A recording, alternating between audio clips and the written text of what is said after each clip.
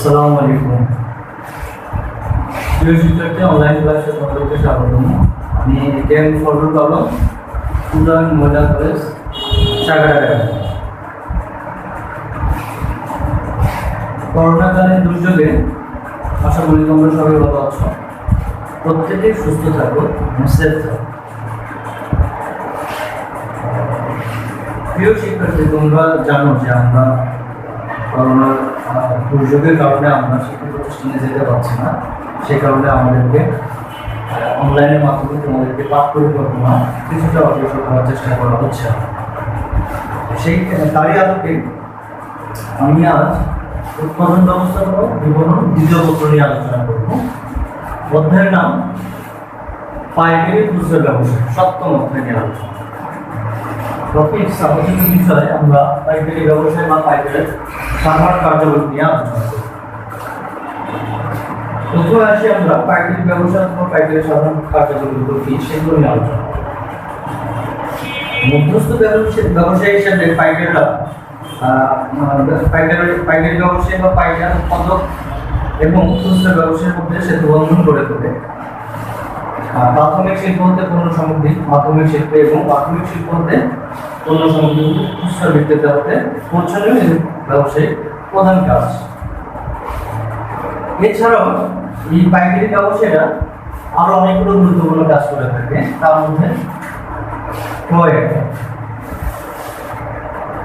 পাইকারি ব্যবসায়ীরা একসাথে অনেকগুলো বেশি পরিমাণে পণ্য ক্রয় করে এবং খুচরা ব্যবসায়ীদের কাছে সেই পণ্যগুলো বিক্রয় করে। এরপরে আসবে হচ্ছে বিক্রয়, যে তারা কখনোই ভোক্তার কাছে পণ্য বিক্রি করে। তারা মধ্যস্থ ব্যবসায়ী হিসেবে যেহেতু কাজ করে, তারা সবসময়ের জন্য খুচরা ব্যবসায়ীদের কাছে পণ্যগুলো বিক্রি করে দেয়। এরপর গুদামজাত, তারা পণ্য ক্রয় করার পর থেকে তারা পণ্যগুলো না বিক্রি হওয়া পর্যন্ত তারা নিজেদের তত্ত্বাবধানে সংরক্ষণের ব্যবস্থা করে থাকে। পরিবহন, তারা পণ্যগুলো ক্রয় করে গ্রাহকদের কাছে বা খুচরা ব্যবসায়ীদের কাছে পণ্যগুলো পরিবহনের ব্যবস্থা করে থাকে। এগুলো পাইকারি ব্যবসায়ী বা পাইকারি সাধারণ কার্যাবলী করে। এরপর আসবে প্রমিতকরণ ও পর্যায়িতকরণ, তারা পণ্যগুলোকে ছোট বড় অথবা মান অনুযায়ী পণ্যগুলোকে শ্রেণীবিভাগ করে থাকে। ঝুঁকি গ্রহণ, একটা পণ্য পাইকারি ব্যবসায়ীরা সবসময় ঝুঁকি গ্রহণ করে থাকে। একটা পণ্য ক্রয় করা থেকে শুরু করে তারা বিক্রেতার কাছে পৌঁছানো পর্যন্ত পণ্য নষ্ট হয়ে গেলে সেই ঝুঁকিগুলো তারাই বহন করে থাকে। অর্থ সংস্থান, অনেক সময় দেখা যায় পাইকাররা উৎপাদককে অগ্রিম টাকা দিয়ে সহযোগিতা করে থাকে, যেটা কোম্পানি তাদের অর্থ সংস্থানের সুযোগ পেয়ে থাকে এবং তারা অনেক সময় বাকিতেও পণ্য বিক্রি করে থাকে। এরপরে চাহিদা অনুযায়ী পণ্য সরবরাহ, যে মধ্যস্থ ব্যবসায়ী ছাড়া কখনোই আমরা পর্যাপ্ত পরিমাণ পণ্য পাবো। তো সেক্ষেত্রে দেখা যায় যেখানে যে পরিমাণ চাহিদা, তারা সেই চাহিদাগুলো পূরণ করে থাকে। এরপরে আসবে মূল্যের স্থিতিশীলতা রক্ষা, যে একটা মার্কেটে যদি পণ্যের অভাব হয়ে যায় সেই ক্ষেত্রে ব্যবসায়ীরা আলটিমেটলি তারা পণ্যের দাম বাড়ায় রাখে। এটা হচ্ছে ব্যবসায়ীদের একটা ধরনের কি বলে দৃষ্টতা। তো সেই ক্ষেত্রে তারা পণ্যগুলো নিয়মিত সরবরাহ করে তারা মূল্যের স্থিতিশীলতা রক্ষা করে। তথ্য সরবরাহ পরামর্শ দান, এক্ষেত্রে বলা হচ্ছে যে পাইকাররা খুচরা ব্যবসায়ীদের কাছ থেকে বিভিন্ন ধরনের তথ্য নিয়ে থাকে এবং সেই অনুযায়ী তারা এই তথ্যগুলো বিভিন্ন যে উৎপাদক আছে তাদের কাছে পৌঁছায় দেয়। পরামর্শমূলক অথবা যে কোনো ধরনের তথ্যগুলো তারা পৌঁছায় দিয়ে দেয়। প্রিয় শিক্ষার্থী, পাইকারি উৎপাদক খুচরা ব্যবসায়ীর মাঝে অবস্থান করে অনেক গুরুত্বপূর্ণ কাজ করে থাকে। এর ফলে বন্টন ব্যবস্থা সহজ ও গতিশীল হয়। এই কারণে পৃথিবীর সকল দেশে এরূপ ব্যবসায়ের ব্যাপক উপস্থিতি লক্ষ্য করা যায়। এগুলো ছিল পাইকারি ব্যবসায় বা পাইকারি সাধারণ কার্যাবলী। প্রিয় শিক্ষার্থী, আমরা এরপরে পাইকারি ব্যবসায়ের শ্রেণী বিভাগ নিয়ে আলোচনা করব। কত ধরনের পাইকারি ব্যবসায় দেখা যায় সেগুলো নিয়ে আমরা আলোচনা করব। পাইকারি ব্যবসা হচ্ছে এমন এক ব্যক্তি, ফার্ম বা প্রতিষ্ঠান যে বা যারা পণ্য বিক্রি করার জন্য পণ্য দ্রব্যগুলো ক্রয় করে থাকে। এক কথায় পাইকারি ব্যবসায় লিপ্ত ব্যক্তি বা প্রতিষ্ঠানকে পাইকারি বা পাইকারি ব্যবসায় বলে। পাইকারি ব্যবসায়কে বিভিন্ন দৃষ্টিকোণ হতে বিভিন্ন ভাগে ভাগ করা যায়। তার মধ্যে আমরা প্রথমত পাইকারি ব্যবসায়ীদেরকে 4 ভাগে ভাগ করি। হচ্ছে ব্যবসায়ী পাইকার, দালাল ও প্রতিনিধি পাইকার, উৎপাদকের পাইকার এবং বিশেষ পাইকার বলা হয়। তো আজকে আমরা এই শ্রেণী বিভাগের মধ্যে যে ভাগগুলো আছে তার মধ্যে দুইটা নিয়ে আলোচনা করবো, দুইটা বা তিনটা। তো প্রথমত আমরা পাইকারি ব্যবসায়ী কি সেটা নিয়ে আলোচনা করব। যে সকল ব্যবসায়ী নিজস্ব মূলধন বিনিয়োগ করে ব্যবসা পরিচালনা করে তাদেরকে পাইকারি ব্যবসায় বলা হয়। পাইকারি ব্যবসা হচ্ছে যে সকল ব্যবসায়ী নিজস্ব মূলধন ব্যবহার করে ব্যবসা পরিচালনা করে তাদেরকে পাইকারি ব্যবসায় বলা হয়। উৎপাদক ভোক্তাদের নিকট পণ্য বা সেবা সরাসরি সরবরাহ করা অর্থনৈতিক দিক থেকে সুবিধাজনক মনে না করলে সেক্ষেত্রে তারা ব্যবসায়ী পাইকারদের উপর নির্ভর করে। এরকম পাইকার দুই ধরনের হয়ে থাকে। যে ব্যবসায়ী পাইকার দুই ধরনের হয়ে থাকে, একটা হচ্ছে পূর্ণ সেবাদানকারী পাইকার, একটা হচ্ছে সীমিত সেবাদানকারী পাইকার। প্রিয় শিক্ষার্থী, আমরা সীমিত পূর্ণ সেবাদানকারী পাইকার নিয়ে আলোচনা করবো। এই দুটি আবার পূর্ণ সেবাদানকারী পাইকার কার্যাবলী করি। যে সকল পাইকারি ব্যবসায়ী পাইকারি প্রায় সকল কাজ সম্পাদন করে থাকে তাদেরকে পূর্ণ সেবাদানকারী পাইকার বলা হয়। এগুলোকে আবার 4টি শ্রেণীতে বিভক্ত করা হয়। একটা সাধারণ পাইকার, সাধারণ ব্যবসায়ী পাইকার, বিশেষ পাইকার, সীমিত সারি পাইকার। তো সাধারণ ব্যবসায়ী পাইকার কাদেরকে বলা হয়? যে সকল পাইকার সব ধরনের পণ্য খুচরা ব্যবসায়ীর কাছে বিক্রি করে তাদেরকে সাধারণ ব্যবসায়ী পাইকার বলা হয়। যেমন মুদি পণ্য, পোশাক, তারপরে গৃহকার্যে ব্যবহৃত পণ্যের ব্যবসায়ী, স্থানীয়ভাবে ডিপার্টমেন্টাল স্টোর ইত্যাদি সাধারণ ব্যবসায়ী পাইকার বলা হয়ে থাকে। এরপরে আসবে বিশেষ পাইকার। বিশেষ পাইকার হচ্ছে যে সকল ব্যবসায়ী সীমিত সংখ্যক পণ্য বা শুধুমাত্র একটি পণ্যের ব্যবসায় নিয়োজিত তাদেরকে বিশেষ পাইকার বলা হয়। যেমন দিনাজপুরের চাল, রাজশাহী, ফরিদপুরের গুড়, গাজীপুরের কাঁঠাল ইত্যাদি এগুলোকে বলা হয় যে বিশেষ পাইকার। আরেকটা হচ্ছে সীমিত সারি পাইকার। সীমিত সারি পাইকার হচ্ছে যে সকল পাইকারি ব্যবসায়ী শুধুমাত্র কয়েকটি পণ্যের ব্যবসায় নিয়োজিত তাদেরকে সীমিত সারি পাইকার বলা হয়।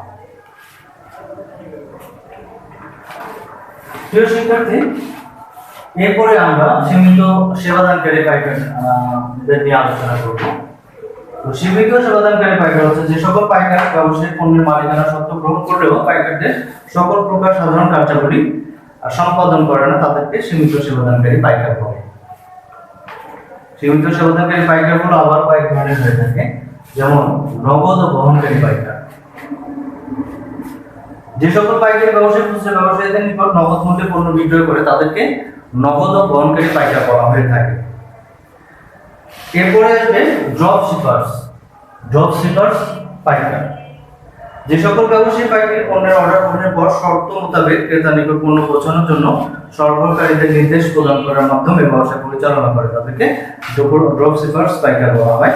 এই ধরনের পাইকাররা অর্ডার পাওয়ার পর থেকে ডেলিভারি দেওয়া পর্যন্ত পণ্যের ঝুঁকিও গ্রহণ করে থাকে। আরেক ধরনের পাইকার আছে ট্রাক পাইকার, যারা এই পাইকাররা তাদের নিজস্ব ট্রাক বা ডেলিভারি ভ্যানের মাধ্যমে ক্রেতাদের নিকট পণ্য সরবরাহ করে থাকে। তাদেরকে আবার ট্রাক জবার্স বা ওয়াগন জবার্সও বলা হয়ে থাকে। এরপরে আসবে ডাকবাহী পাইকার। যে সকল পাইকার পণ্যের ক্যাটালগ প্রদান করে অর্ডার সংগ্রহ করে এবং অর্ডার মোতাবেক খুচরা ব্যবসায়ী, শিল্প প্রতিষ্ঠান বা অন্যান্য প্রতিষ্ঠানের নিকট ডাকযোগে পণ্য সরবরাহ করে থাকে তাদেরকে ডাকবাহী পাইকার বলা হয়ে থাকে। এরপরে আলোচনা করব আমরা দালাল ও প্রতিনিধি পাইকার। দালাল ও প্রতিনিধি পাইকার কাকে বলা হয় সেটা নিয়ে আলোচনা করব আমরা। বলা হচ্ছে যে সকল পাইকার পণ্যের মালিকানা সত্ত্ব গ্রহণ করে না এবং সীমিত পর্যায়ে সেবা দেওয়ার মাধ্যমে মধ্যস্থ ব্যবসায়ীর ভূমিকা পালন করে তাদেরকে দালাল ও প্রতিনিধি পাইকার বলা হয়। এরা দুই ধরনের হয়ে থাকে, যেমন দালাল আরেকটা হচ্ছে প্রতিনিধি। যে সকল পাইকার দালাল কাকে বলে সেটা বলি আমি। যে সকল পাইকার পণ্য ক্রয় বিক্রয়ের মধ্যস্থ ব্যবসায়িক ভূমিকা পালন করে এবং পণ্যের মালিকানা সত্ত্ব গ্রহণ করে না তাদেরকে দালাল বলা হয়। বিচারে এদের স্থায়িত্ব খুবই কম, পণ্য বেচা কেনা হয়ে গেলে এদের কার্যকরী শেষ হয়ে যায়। এরপরে আসবে প্রতিনিধি। প্রতিনিধি কাকে বলে? যে সকল পাইকার তাদের ব্যবসায়িক কাজ হিসেবে ক্রেতা এবং বিক্রেতার পক্ষে কমিশনের ভিত্তিতে পণ্য ক্রয় বিক্রয় করে তাদেরকে প্রতিনিধি বলে। দালালদের অনুরূপভাবে প্রতিনিধিগণও পণ্যের সত্ত্ব গ্রহণ করে না, পণ্য ক্রয় বিক্রয় করে না, ক্রয় বিক্রয়ের খাতে অর্থ সংস্থান করে না এবং কোনো প্রকার ঝুঁকিও গ্রহণ করে না। এদেরকে আবার ন্যূনতম কয়েকটা ভাগে ভাগ করা যায়। একটা হচ্ছে উৎপাদক প্রতিনিধি, বিক্রয় প্রতিনিধি এবং কমিশন ভিত্তিক ব্যবসায়ী। উৎপাদক প্রতিনিধি যে সকল পাইকার কমিশনের বিনিময়ে বিভিন্ন উৎপাদকের প্রতিনিধিত্ব করে এবং প্রয়োজনে ব্যক্তি বিক্রয় কাজ সম্পাদন করে তাদেরকে উৎপাদকের প্রতিনিধি বলে, তাদেরকে উৎপাদক প্রতিনিধি বলে। বিক্রয় প্রতিনিধি কারা? যে সকল পাইকার স্বাধীন মধ্যস্থ ব্যবসায়ী একই উৎপাদকের সকল পণ্য বা সুনির্দিষ্ট পণ্য বিক্রয় করে তাদেরকে বিক্রয় প্রতিনিধি বলে। এরপরে আসবে কমিশন ভিত্তিক ব্যবসায়ী। বলা হচ্ছে যে সকল স্বাধীন পাইকারি ব্যবসায়ী স্থানীয় বাজার থেকে পণ্য ক্রয় করে এবং চুক্তি অনুযায়ী কমিশনের ভিত্তিতে ক্রেতাদের সরবরাহ করে তাদেরকে কমিশন ভিত্তিক ব্যবসায়ী বলা হয়ে থাকে। প্রিয় শিক্ষার্থী, এরপরে আমরা আলোচনা করব উৎপাদকের পাইকার নিয়ে। উৎপাদকের পাইকার দুই ধরনের হয়ে থাকে, একটা হচ্ছে বিক্রয় শাখা, একটা হচ্ছে বিক্রয় অফিস। যে সকল পাইকারি ব্যবসায় প্রতিষ্ঠান উৎপাদকের প্রত্যক্ষ তত্ত্বাবধানে এবং মালিকানায় পরিচালিত হয় তাদেরকে উৎপাদকের পাইকার বলা হয়।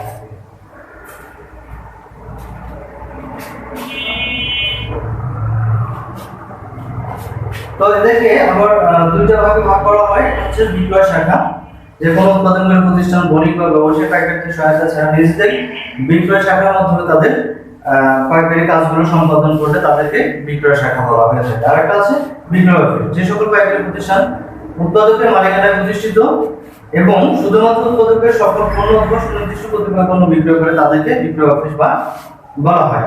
বিক্রয় অফিস অনেকটা বিক্রয় শাখা নিয়ে কাজ করলেও পণ্য সংরক্ষণ করে না।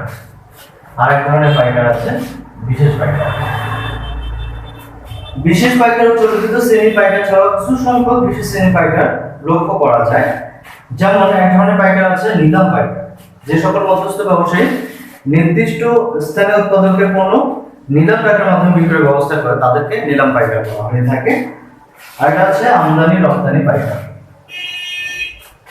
যে সকল পাইকার পণ্যের আমদানি ও রপ্তানি ব্যবসায় জড়িত থাকে তাদেরকে আমদানি রপ্তানি পাইকার বলা হয়। যে আন্তর্জাতিক ব্যবসায় এই ধরনের পাইকার দেখা যায় এবং আমদানি পাইকাররা নিজ নামে লেনদেন সম্পাদন করে থাকে। প্রিয় শিক্ষার্থী, আমরা এই পর্যায়ে বলতে পারি যে পণ্য বন্টন প্রণালীতে পাইকারদের ব্যাপক উপস্থিতি লক্ষ্য করা গেলেও সকল পাইকার কিন্তু একই ধরনের নয়। যা আমরা দেখে আসছি যে বিভিন্ন ধরনের পাইকার আমরা লক্ষ্য করেছি। তাদের কার্যপরিধি, তাদের কার্য প্রকৃতি, ব্যবসায়ের ধরন ইত্যাদি ভিত্তিতে তারা বিভিন্ন ধরনের হয়ে থাকে। বর্তমান প্রতিযোগিতামূলক বিশ্বে পাইকারের ধরন দিন দিন আরো বৃদ্ধি পাচ্ছে। প্রিয় শিক্ষার্থী, আমরা অনলাইন ক্লাসের মাধ্যমে যতটুকু দেওয়ার চেষ্টা করছি, আশা করি তোমাদের জন্য কিছুটা হলো হেল্পফুল হবে।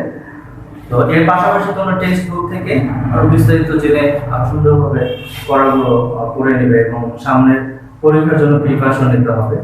এবং প্রত্যেকের সুস্থ থাকার জন্য যেসব নিয়মাবলী সরকার নির্ধারণ করে দিয়েছে সেটা মেনে চলবে। যে ঘন ঘন হাত ধুতে হবে, বাইরে গেলে মাস্ক পরিধান করতে হবে, হ্যান্ড স্যানিটাইজারের মাধ্যমে জীবাণুমুক্ত করতে হবে, এসবই করতে হবে। তো আজকে এই পর্যন্তই। আশা করি সামনে আবার দেখা হবে। আমরা আবার অনলাইন ক্লাসে পরের টপিকস নিয়ে আলোচনা করব। আল্লাহ হাফেজ।